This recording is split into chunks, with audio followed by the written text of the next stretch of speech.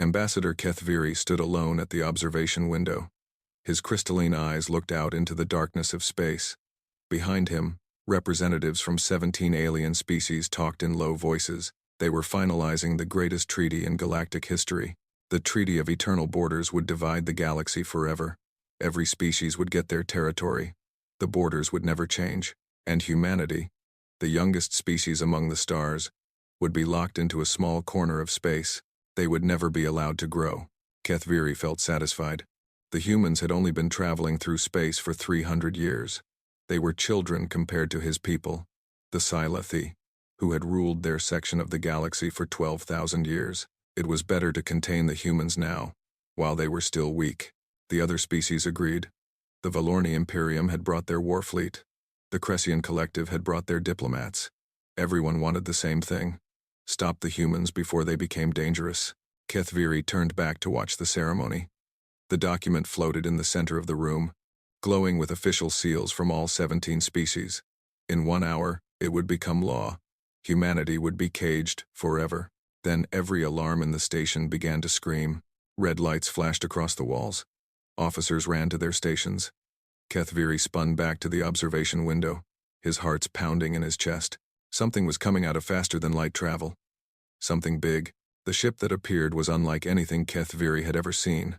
It was enormous, so large that it blocked their view of the gas giant behind the station. The ship stretched 17 kilometers from front to back. Its hull was made of black metal that seemed to drink in the light around it. Weapons covered every surface. Strange devices hummed with power that made no sense to any scanner. The name was written on its side in human letters that the translation systems quickly decoded. UHS Prometheus Unbound. Kethviri had studied human military reports. He knew this was their Titan-class vessel, their first and only ship of this size. But seeing it in person was different from reading about it. The reports had not prepared him for the feeling of looking at something that should not exist. Around the station, the Valorni warfleet moved into attack formation, 100 ships against 1. The math should have been simple, but Kethviri noticed that the Valorni commanders were hesitant. Their ships moved slowly. No one wanted to fire first. A communication signal came through to every screen in the station. A human woman appeared. She wore a simple uniform. Her hair was gray, and her eyes were calm. She looked like someone who had seen many things and feared very few of them. "I am Captain Elena Vasquez of the Prometheus Unbound," she said. Her voice was steady. "We received your treaty draft. We have a counter-proposal." The Valorni admiral sent an angry response. "You have no right to be here. This is neutral space. Your presence is an act of war." Captain Vasquez did not seem worried. "We are not here for war. We are here for conversation. But if you prefer war, we are prepared for that too." The station's weapons officer, a young Valorni named Thesic, tried to lock his targeting systems onto the human ship. His hands trembled as he worked the controls. Nothing happened. The systems could not find a stable target. The ship's surface seemed to move, to shift, as if it existed in more than one moment at the same time. "Admiral," Thesic reported, his voice shaking. "I cannot get a lock.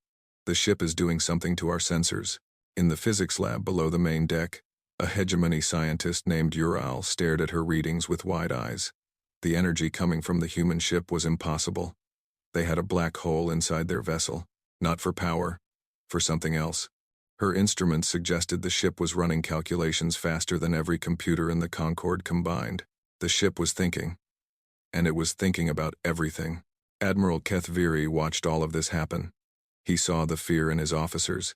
He saw the confusion in the scientists. He saw the calm confidence on Captain Vasquez's face, and he understood something that the others did not. The humans had not come to fight. They had come to show what fighting would cost. Every simulation the Concorde had run about containing humanity, the humans had already seen. Every strategy they had planned, the humans had already countered. Every future where the Conquered won, the humans had already closed. This was not a negotiation. This was a demonstration. If Kethviri ordered his fleet to attack, they would lose. Not just the battle, everything. The Silathi hegemony, the Valorni Imperium, all of it, gone. The other admirals were screaming at him through the communication channels. "Attack! Attack now! Destroy the human ship while they still could." Kethviri closed his eyes. He thought about his children. his grandchildren, the future he wanted for his people. Then he opened his eyes and spoke the words that would change the galaxy forever. All ships, stand down, lower your weapons, do not fire. The communication channels exploded with protests. Traitor. Coward. But Kethviri did not listen. He kept his eyes on the human ship, on that massive, impossible vessel that hung in space like a message written in metal. On the screen, Captain Vasquez smiled. It was a small smile, a sad smile. The smile of someone who had hoped for this outcome but had not been certain of it. "Thank you, Admiral," she said. "You have made a wise choice. Wiser than you know." The Prometheus Unbound remained in position for 1 more hour.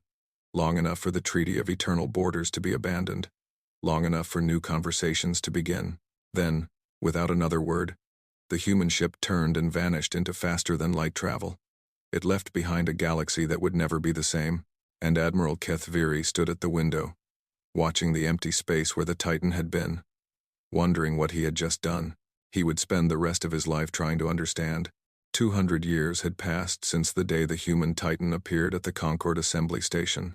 The galaxy had changed in ways no one could have predicted, and now, a young historian was trying to understand why. Yilmoth sat in the Concord Historical Archives, surrounded by ancient recordings. She was small for her species, with soft gray fur and large eyes that glowed faintly in the dim light. Her people, the Milari, were known for their love of stories and their skill at finding truth in old records. She was writing her dissertation on the Kethviri decision and the reshaping of galactic order. It was a subject that many had studied before her, but Yilmoth believed she could find something new, something everyone else had missed. She pressed a button, and the first recording began to play. The face of a Valorni weapons officer appeared on the screen. His name was Thesic. He had served on the Concord station that day, 2 centuries ago. The recording had been made 30 years after the event, when Thesic was old and tired. "I remember trying to target that ship," Thesic said. His voice was rough with age. "My hands would not stop shaking. The targeting systems were the best in the galaxy. They could lock onto a ship from half a light year away, but when I pointed them at the human vessel, they found nothing." He paused. His eyes looked distant, lost in memory. The ship's surface moved. That is the only way I can describe it. It was like looking at something that was not fully in our time, like it existed in the past and the present and the future all at once. My systems could not decide which version to target. Yilmoth made notes. She had read about this in other accounts. The humans had developed some kind of temporal shielding, technology that should not have been possible for such a young species. She played the next recording. This one showed a hegemony scientist named Ural. She had died many years ago, but her testimony remained in the archives. Her voice was soft and filled with wonder. "I was in the physics laboratory when the Titan arrived," Ural said. "I ran every scan I could think of. The readings made no sense. There was a singularity inside that ship. A black hole, contained and controlled.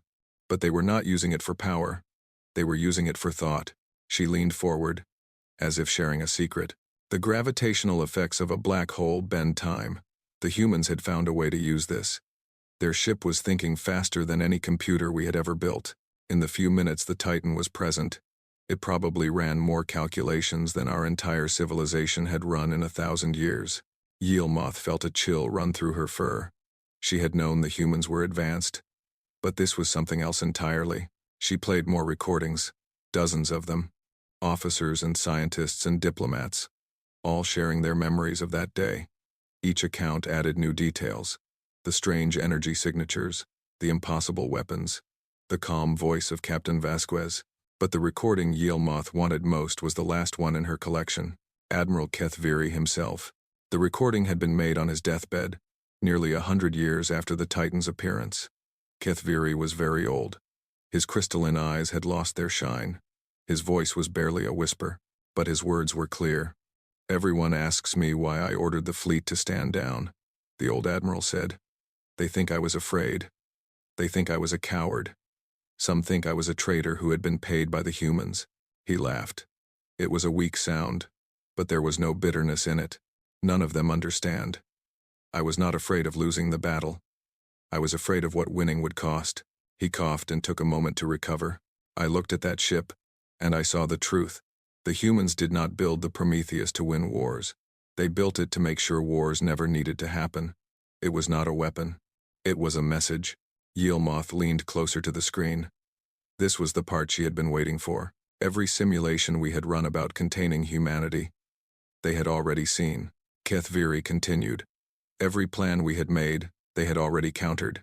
They knew what we were going to do before we did it. That ship was thinking so fast, so far ahead, that we might as well have been standing still. He closed his eyes. I ordered my fleet to stand down because fighting was not a choice. It was a scheduled extinction. The humans were offering us a different path. A path where we could live. A path where we could grow. All we had to do was take it. The old admiral opened his eyes one last time. I do not know if I made the right decision. I only know that I made the only decision that led to my grandchildren being born, and their grandchildren, and all the generations that came after. His voice faded. The humans understood something we did not.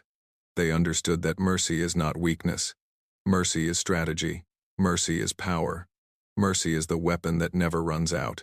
The recording ended. Yilmoth sat in silence for a long time. The archives were quiet around her. The glow of old screens lit her face. She thought about all the things that had happened since that day. The wars that did not happen. The alliances that formed.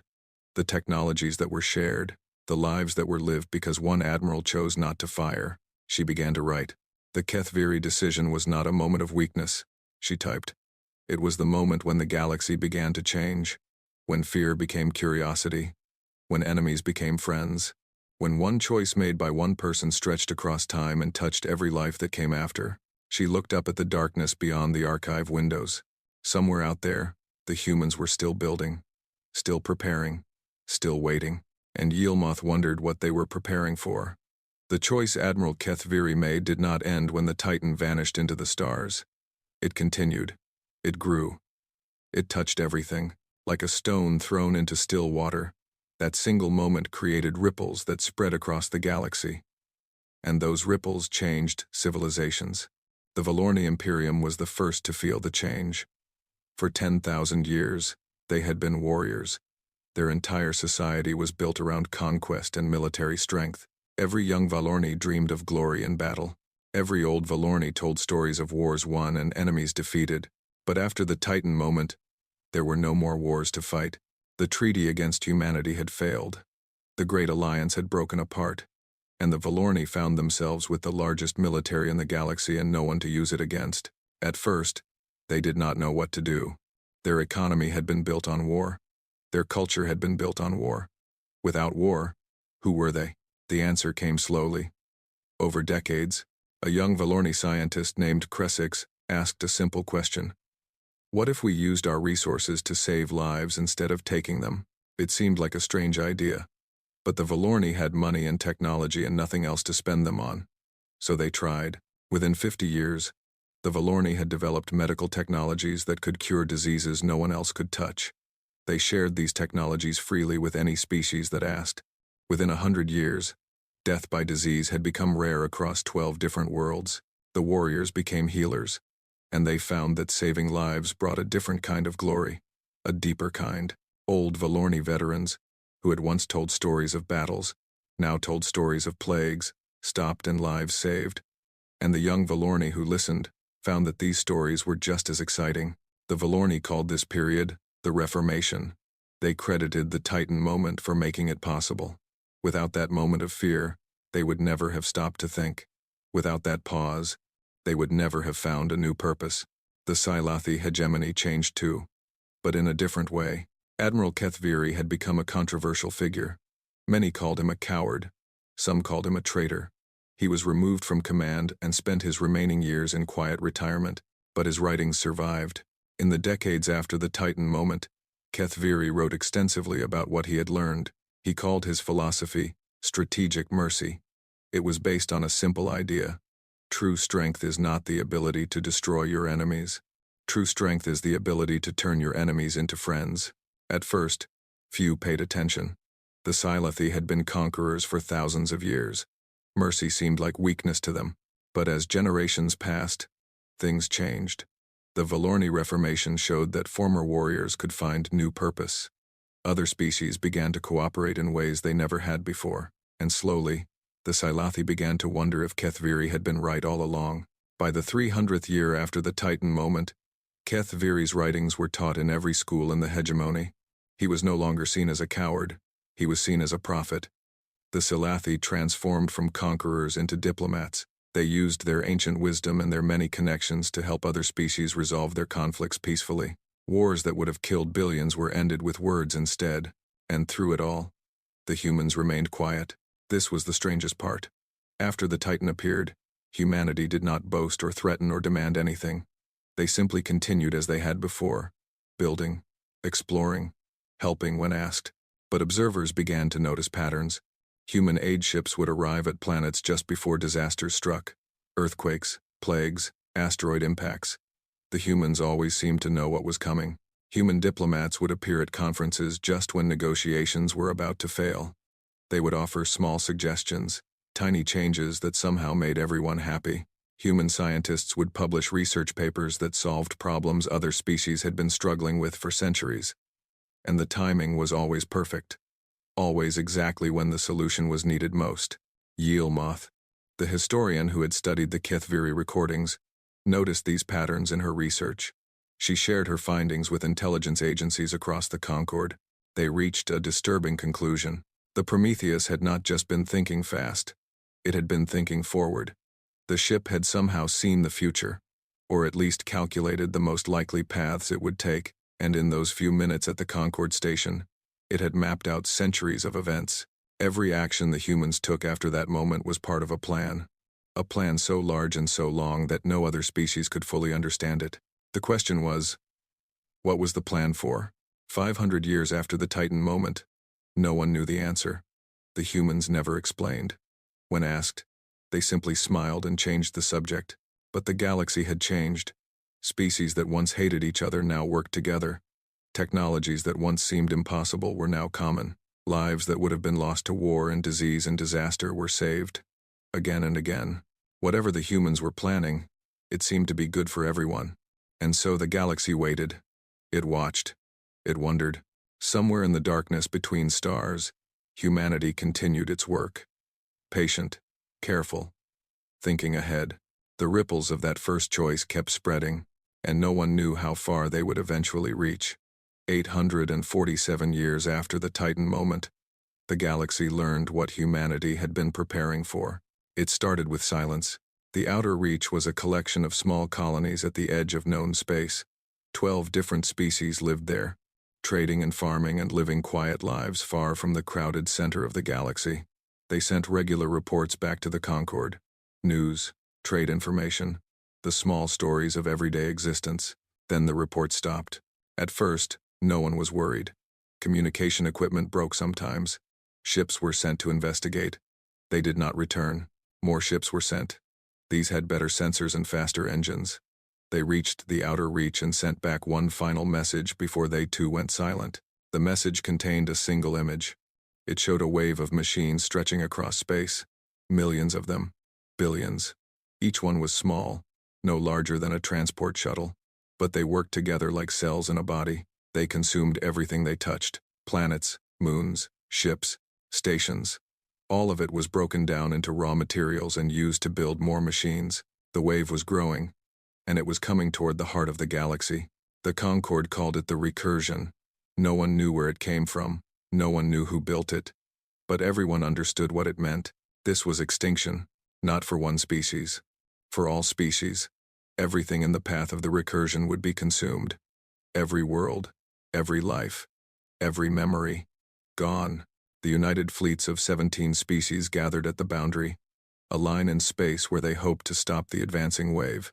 It was the largest military force in galactic history. Ships from every corner of known space, carrying weapons of every type. Trillions of beings watched on screens across the galaxy. Parents held their children. Lovers held each other. Everyone waited for the battle that would decide the fate of everything. The recursion arrived at the boundary. It was worse than the images had shown.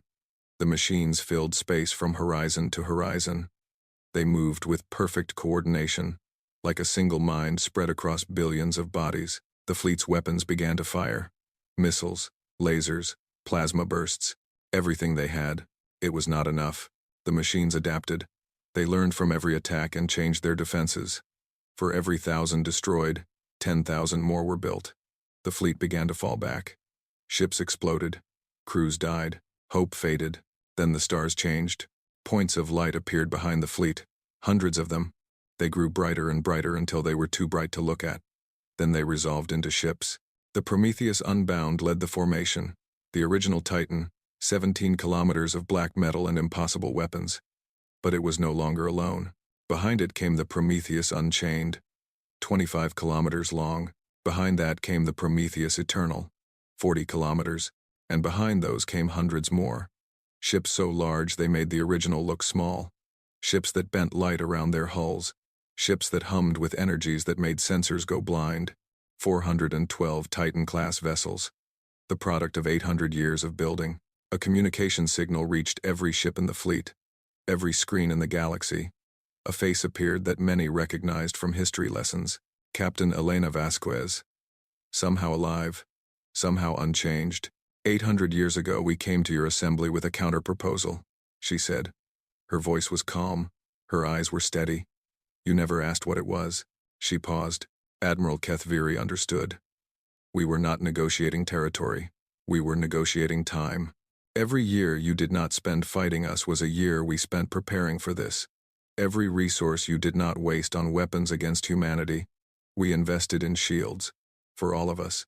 The Titans began to move forward, passing through the Allied fleet like giants walking among children. Every life you did not sacrifice in war against humanity lived to build the coalition now standing beside us. Your scientists helped us solve problems we could not solve alone. Your diplomats helped us build alliances we could not build alone. Your children grew up in a galaxy at peace and learned to dream of things beyond war. The first Titan reached the recursion line. We did not build these ships to conquer you. We built them to save you. All of you.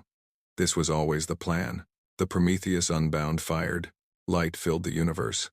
A beam of energy so powerful it created a new star for a fraction of a second.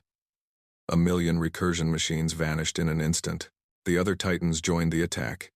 Each one carried weapons that should not exist. Weapons that tore holes in space. Weapons that froze time. Weapons that simply erased matter from existence. The recursion tried to adapt. It tried to learn. But the Titans were thinking faster. Every adaptation was countered before it was complete. Every new defense was broken before it was finished. The battle lasted 11 minutes. When it was over, the recursion was gone. Not defeated. Not driven back. Gone. Every machine. Every fragment. Every trace. The galaxy was silent. Then, slowly, the cheering began. On 1,000,000,000 worlds, beings who had watched their death approaching now celebrated their survival. They hugged and cried and laughed. They spoke the names of the humans with wonder and gratitude. The Titans remained at the boundary for one day. Repair ships from the Allied fleet flew among them, and human crews waved at the crews of other species. Then, without ceremony, the Titan fleet turned and flew away. They did not ask for thanks. They did not demand payment. They simply left, vanishing into the darkness between stars. But everyone knew they were still out there, watching, waiting, preparing for whatever came next. 10,000 years had passed since the Battle of the Boundary. The galaxy had changed beyond recognition. Old species had faded. New species had risen. Empires had grown and fallen and grown again. But some things remained. The Galactic Memorial floated in the space where the Concord Assembly Station had once stood. It was a structure of crystal and light, visible from half a system away. Pilgrims came from every corner of known space to see it. At the center of the memorial stood a statue. It showed an alien figure with crystalline eyes, looking upward at a holographic image of a massive ship. The figure was Admiral Kethviri. The ship was the Prometheus Unbound. The statue had been there for 9,000 years, and every day, visitors came to stand before it. A young creature named Tellux visited the memorial on the day of his coming-of-age ceremony. His species, the Novari, had only discovered faster than light travel 300 years ago. They were the newest members of the Galactic Union, still learning the history of the civilizations that came before them. Tellux stood before the statue with his teacher, an old Malari historian named Yothran. The Malari had lived among the stars for 11,000 years. They remembered the old times. Who was he? Telux asked, looking at the crystalline figure. His name was Kethviri, Yothran said. He was an admiral of the Silathi hegemony. 10,000 years ago he made a choice that changed everything. Telux looked at the holographic ship floating above the statue. It was enormous, covered in weapons, dark and powerful. The humans built that ship? Yes. They called it the Prometheus Unbound. It was their first Titan-class vessel. What happened? Yothran smiled. The Melari were storytellers by nature. And this was the greatest story of all. The galaxy wanted to contain humanity. They were afraid of how quickly humans were growing. So they gathered to sign a treaty that would lock humans into a small corner of space forever. Telux listened carefully, but the humans found out about the treaty.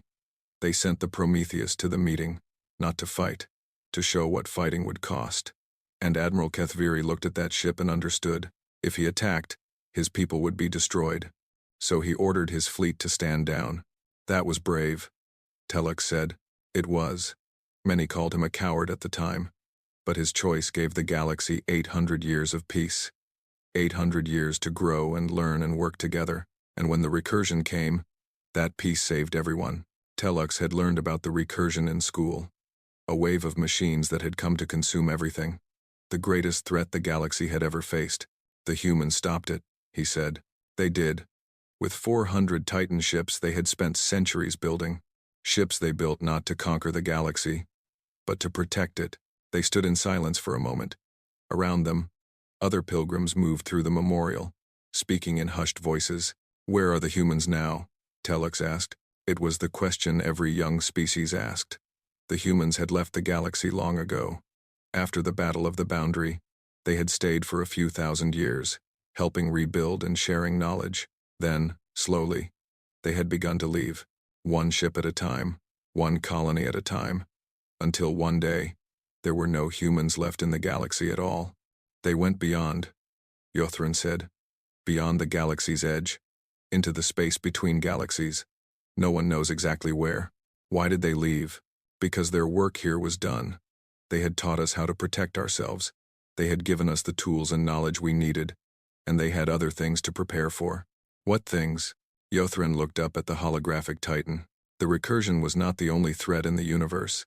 There are things out there that make the recursion look small, things that will not arrive for millions of years. The humans are preparing for those threats now. Building, thinking ahead, always thinking ahead. Telux felt a strange feeling in his chest. It was not fear. It was wonder. Will they come back? If we need them, they will come. That is the promise they made. Not in words, in actions. They showed us that we matter to them, that they will not let us fall. The old historian turned to look at his young student. But there is a deeper lesson in this story. Do you know what it is? Telux thought carefully. That mercy is stronger than violence? Yothran nodded. That is part of it. But there is more. He pointed at the statue of Kethviri. 10,000 years ago, one person made one choice. He chose not to fire.